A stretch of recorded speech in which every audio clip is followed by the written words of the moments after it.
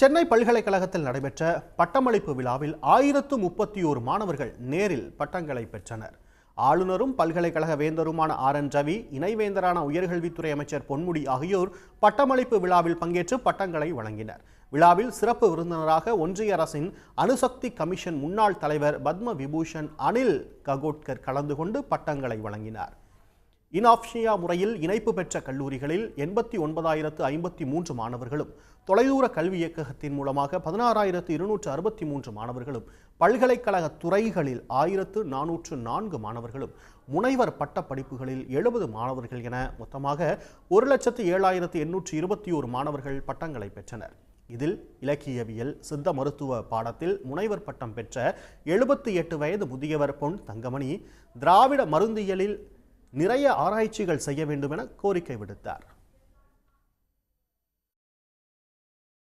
தமிழ் பண்பாடு சார்ந்த ஒரு வைத்தியம், திராவிட வைத்தியம், இந்தியாவிலேயே இந்திய வைத்தியம் என்று ஒன்று இருக்கின்றது என்றால் அது சித்த வைத்தியம் தான். ஏனென்றால் மற்ற மருத்துவங்கள் எல்லாம் வெளிநாடுகளிலிருந்து வந்தவை.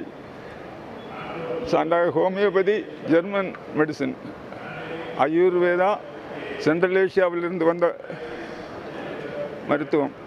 MBBS டாக்டர் ஆகணும்னு எதிர்பார்த்தாங்க.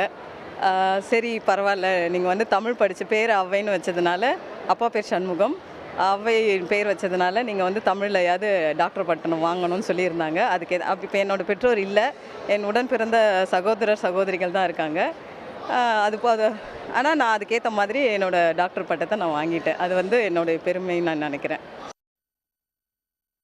ஓய்வு பெற்ற முன்னாள் DGP ஜாங்கிட் குற்றவியல் துறையில் முனைவர் பட்டம் பெற்றுள்ளார். அதேபோல அதிமுக அணிகளில் OPS ஆதரவாளரும் ஆலங்குளம் சட்டமன்ற உறுப்பினருமான மனோஜ் பாண்டியன் சட்டத்துறையில் முனைவர் பட்டமும் பெற்றுள்ளார்.